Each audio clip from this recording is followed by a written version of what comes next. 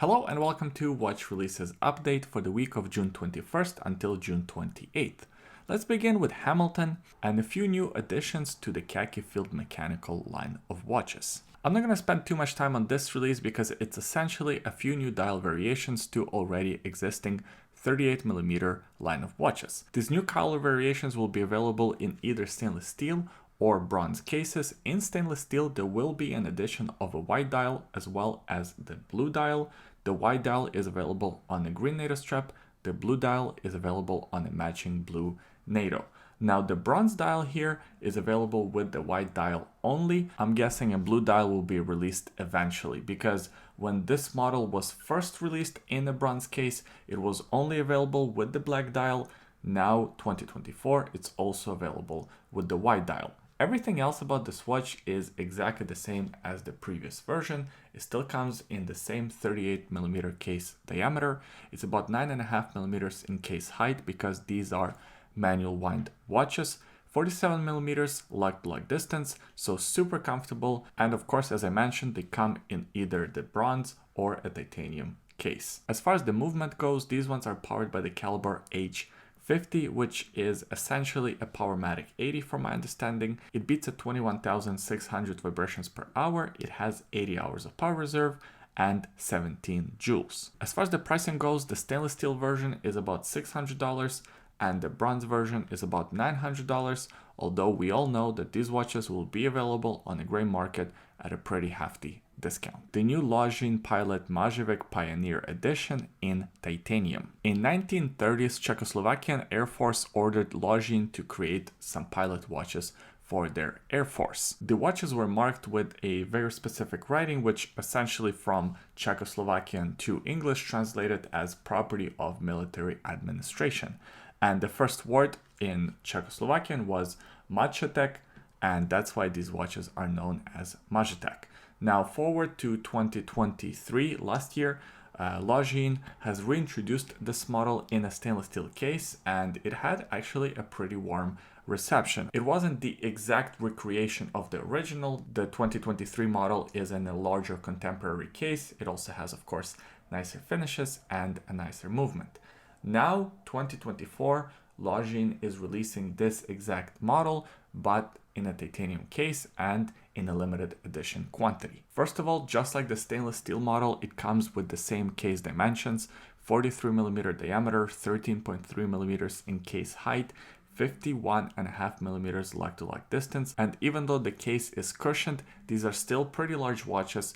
I think you really have to try one on in person to know whether it fits on your wrist or not. This one could go either way. This watch, just like the one from 1930s, features a bidirectional bezel and also features this extra sort of hand attached to the bezel. It is under the sapphire crystal and you can use it to time things. For example, you could set it to the time of departure, and thus when the hour hand reaches the time of departure, you know, all right, it's now time to go. Just like the last year's model, this new titanium version is powered by the same caliber L893.6 automatic movement, which is an ETA-based movement beating at 25,200 vibrations per hour. It has 72 hours of power reserve, 26 joules, and it has pretty high anti-magnetic properties because it features a silicone balance hairspring. As far as the quantity of this release goes, they're limited to 1,935 pieces because I'm guessing that's the year when these watches were first introduced,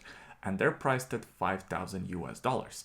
It's actually about $1,200 more expensive than last year's release. I get that the watch is now in grade 5 titanium as opposed to stainless steel, but still $1,200 premium in 1 year seems a little extreme. And also competing at this $5,000 price range might be a bit of an uphill battle for a brand like Longines, but maybe I'm wrong. Let me know what you think in the comments. The Breitling Avenger US Naval Editions collection. Breitling has a very long history with aviation and pilots, and I think to this day, the most popular pilot watch is Breitling. They also introduced this ceramic case chronograph called the Night Mission, and it's of course part of the Avenger line.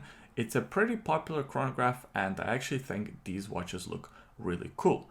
Now, 2024, Breitling actually expanded this line by adding 3 new models into this catalog. However, these models are very specific. If you have a keen eye, you probably noticed that logo or emblem, I guess, at the 9 o'clock position. 2 out of the 3 models have partnered up or represent different US Navy squadron. One is the Dust Devils and the other one is the Bloodhounds. Both are very well known and popular squadrons. The third model is their partnered up and paying tribute to US Naval Academy. And I think this partnership on one hand makes a lot of sense because, as I said, Breitling has a very long and rich history with aviation and strong ties with US Navy. On the other hand, they're so specific. I mean, they're not a limited edition, so anyone can just go and order one from Breitling. I'm guessing not a lot of ADs will actually stock these because you probably have to be either part of one of the 2 squadrons or have attended a US Naval Academy in order to buy one of these watches, right? It would be kind of strange to buy one of these watches if you're not part of the US Navy. Or am I wrong? Maybe I'm wrong on that, but I don't know. I wouldn't feel comfortable wearing it. Not because there's anything wrong with it, but because I would feel like I don't deserve the watch because I was never part of US Navy. Or am I wrong on that? Is it more like a sports team where I don't necessarily have to be in New York Yankees in order to wear the New York Yankees hat? You know what I mean? Maybe leave comments in the comment section below. Let me know what you think about this release.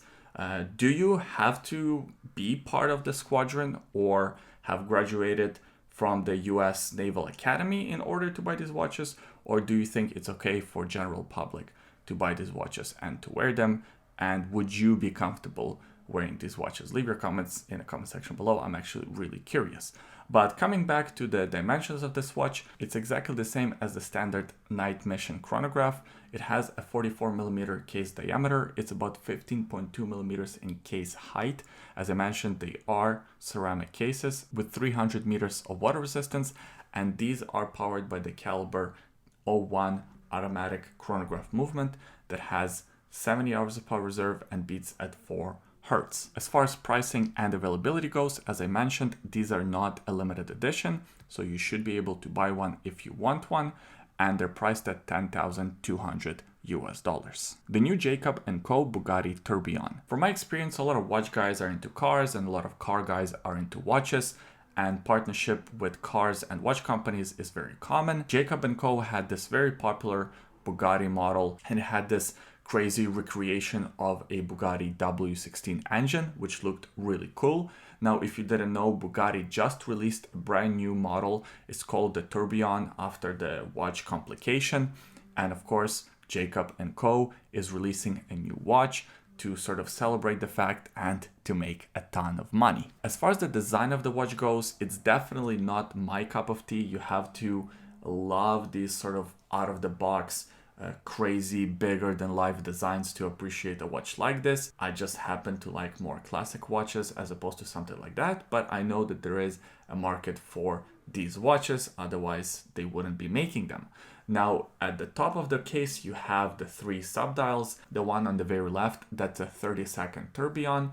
The middle one, that's a jumping hour and minute hand, and it is designed in a cool way, kind of looks like a gauge cluster or the speedometer. And then the one on the right, that's the power reserve, and there are 2 different power reserves, one for the complication of that engine at the bottom, which we're going to talk about in a second here, and the other hand measures the power reserve for the main watch keeping. Now, having a tourbillon complication is of course very cool, but looking at this watch, the tourbillon kind of hides, and the big centerpiece here is the recreation of the new V16 engine. And of course you can engage it and you can see little pistons sort of moving, and the engine looks like it's working. It does look like the engine. And after you engage it, it goes on for about 5 or 10 seconds and then it stops. And from the full power reserve, I believe you have 10 cycles of this engine beating this party trick. Now, I'm a little disappointed with a complication like this because yes, it is cool, but I wish it kind of was part of the main watch keeping, if that makes sense. I wish that the pistons and the engine kind of moved as the watch moved, as the hours hand jumped or something like that. I think that would be really cool, but just having to engage that part just for fun without it having to do anything with the watch keeping is kind of weird. Just seems like a waste. I don't know, maybe I'm in a minority here. I get that it's there to sort of attract attention, and when you go to cocktail party you can show everyone around what a cool thing your watch can do. But I think it would have been cooler if that sort of engine was part of the actual watch movement as opposed to it being totally separate. But hey, maybe it's just me. As far as the case, it's ginormous, 52mm case length, 44mm case width. So you have to have pretty big wrists. It also is a thick case, 15mm in case height. It is made out of PVD coated titanium, so it's not a ceramic case. And of course, this watch features a custom Jacob & Co movement called JCAM55. It beats at 21,600 vibrations per hour. It has 48 hours of power reserve, and it is a very complicated movement with a jumping hour and minute hand, a tourbillon, and that crazy sort of engine thing. So yeah, it's a complicated watch, a complicated movement. Now they're making 150 pieces of this configuration, and they're priced at $340,000. So quite a high price, but I actually thought it was going to be more. For some reason, when I saw this watch and I showed it to my wife, we were trying to guess it before I actually looked at the retail price. I thought it was going to be something like $800,000. She thought it was going to be around that price as well. So having it at 340 might be a bit of a bargain. The new Blancpain 50 Fathoms Bathyscaphe in ceramic. First of all, there is a standard diver. Now it comes with a ceramic case as opposed to the stainless steel case like it did before. There's also the chronograph and an annual calendar with a moon phase. Besides the new ceramic cases, Blancpain also is introducing new fully ceramic bracelet, which apparently is finished to a very high degree. It is hand finished, and looking at the pictures of this bracelet, it does look really cool, but it is expensive. More about that in a little bit. The one negative that I found looking at this bracelet, other than the price, is the fact that it doesn't have any micro adjustments. And a lot of times with these bracelets, if you're not lucky enough to be at the right sort of link length, you're out of luck. There are no micro adjustments. You can't get that perfect fit. Luckily, if you don't like the ceramic bracelet, all three models will also be available on the straps, so you do have options, plus you will save a ton of money. As far as the case sizes, all three versions have the same diameter, 43.6mm. However, they all feature different case thickness. The automatic diver is the thinnest at 13.8mm. The calendar is 14.1mm. And the chronograph is the thickest at 15.25mm in case height. All three watches feature 300 meters of water resistance, and they all have automatic movements. The calendar is featuring 65-57 caliber movement. The automatic watch is featuring 13-15 automatic movement, and the chronograph has the caliber F385 automatic movement. As far as the power reserve goes, the calendar has 72 hours, the automatic has 120 hours, and the chronograph features 50 hours of power reserve. And these will not be a limited edition. The annual calendar will be priced at $26,000. The automatic diver is priced at $21,300, and the chrono is priced at $26,000. And all three models are also available without the ceramic bracelet, which will save you about $8,000 if you choose to go that route. I don't really love this release too much. I think the watches are a little bit too large.